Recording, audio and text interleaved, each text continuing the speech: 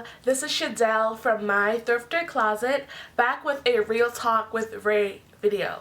Today I'm going to talk about wigs and weaves as a form of protective styling.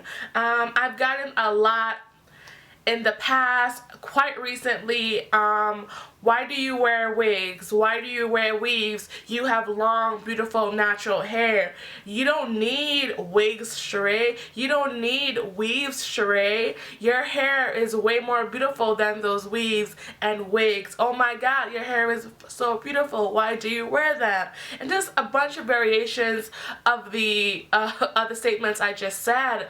But I wanted to talk about the assumption that women that wear weaves and wigs don't love themselves, the assumption that women that wear weaves and wigs don't have hair, women that wear wigs and wigs can grow their hair long, can grow their hair healthy, and all these other misconceptions.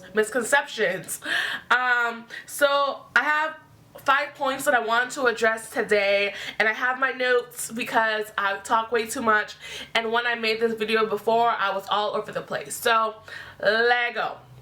So for me, wigs and weaves are a form of protective styling. I have long-ish, I don't think my hair is long yet, and that's an entirely different conversation about hair length and length retention, but I have long-ish hair. My hair is almost waist length in the back, about 2 inches from waist length.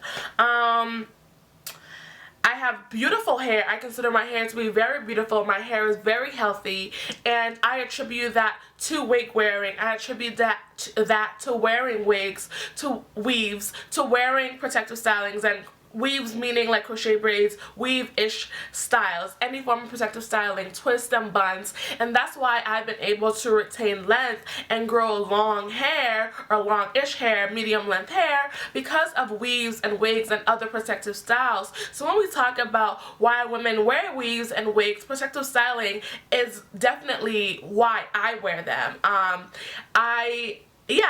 I've grown healthy hair because of wearing these styles, because I'm able to protect my ends, because I'm able to keep my hair moisturized under wigs and weaves, because of course wigs and weaves aren't enough. It's all about the hair care and the techniques to retain length as you wear these styles. So I spoke about why I wear wigs and weaves. I wear wigs and weaves because I've become a very lazy natural. Earlier in my journey, when my hair was shorter, when I had a lot more time, I could dedicate to my hair. I could dedicate hours a day, hours on the weekend, hours on a Friday night, hours on a Saturday night, doing Rosses, doing a whole bunch of really cool, cute styles, but I just don't have that time anymore. And for the women who don't have time, for the women who have to get up and go, wearing twists, wearing Marley twists, Havana twists, any form of braids and twists or weaves and wigs and all protective styles, again, if you don't have time, they are great to keep your hair protected but also keep your hair retaining length if that's your goal, of course. So that's why I wear them. I don't have time anymore. I can throw on this wig, and this is a wig, and I can go when my hair is neatly twisted underneath, my hair is supple and soft, and it's ready for a twist out in a few days. So that's why I wear them. I definitely attribute them to my hair growth and my success on my natural hair journey.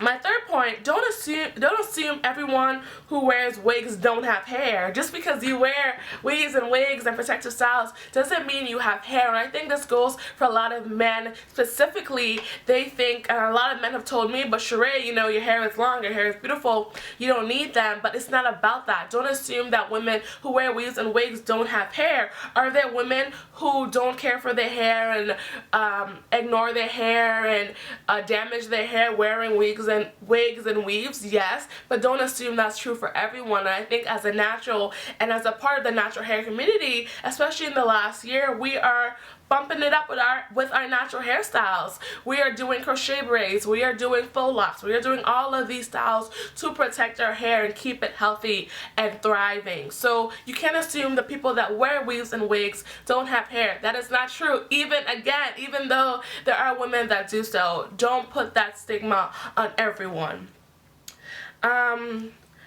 My fourth point is that there are too many conversations that dissect the black body and the black female body in particular. I don't see conversations about white women or non-black women wearing wigs and weaves, and of course they do.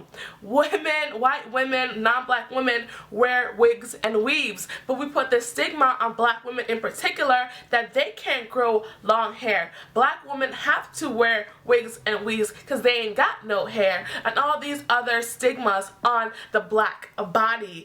And that just goes back to Sarah Bartman, that goes back to centuries and centuries of oppression, of denying the black woman of beauty, denying the black woman of elegance, denying the black woman of grace and sexuality and sensuality, just denying the black woman's presence in this world. And I think we have to really be cognizant of what we're doing when we talk about the black body and how we are having conversations around the black body, because all we're doing is dissecting. We can talk about Nicki Minaj's big butt, but we don't talk about Iggy Azalea in the same way, and that's very problematic for me, and that's very disturbing for me, because they both got fake booties. So what's the conversation really about?